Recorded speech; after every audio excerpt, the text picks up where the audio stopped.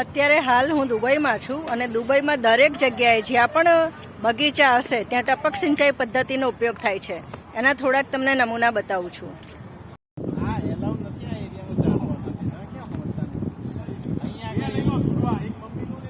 જુઓ અહીંયા કાળી પાઇપ જે દેખાય છે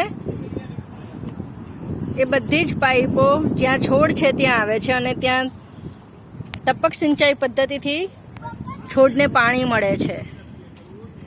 થોડું નજીકથી બતાવું. જુઓ આ રહ્યું કાણું, તો અહીંયાથી પાણી આવશે.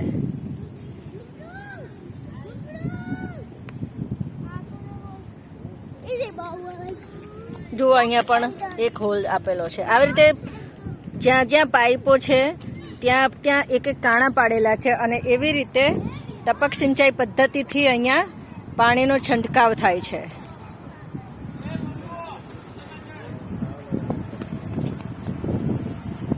પહાડ હોય કે જ્યાં પણ પાણીનો સ્ત્રોત ઓછો હોય ત્યાં રીતે ટપક સિંચાઈ પદ્ધતિથી આ લોકો પાણીને પીવડાવે છે. You can see anywhere. આ કચરો લઈ લેવો પડશે.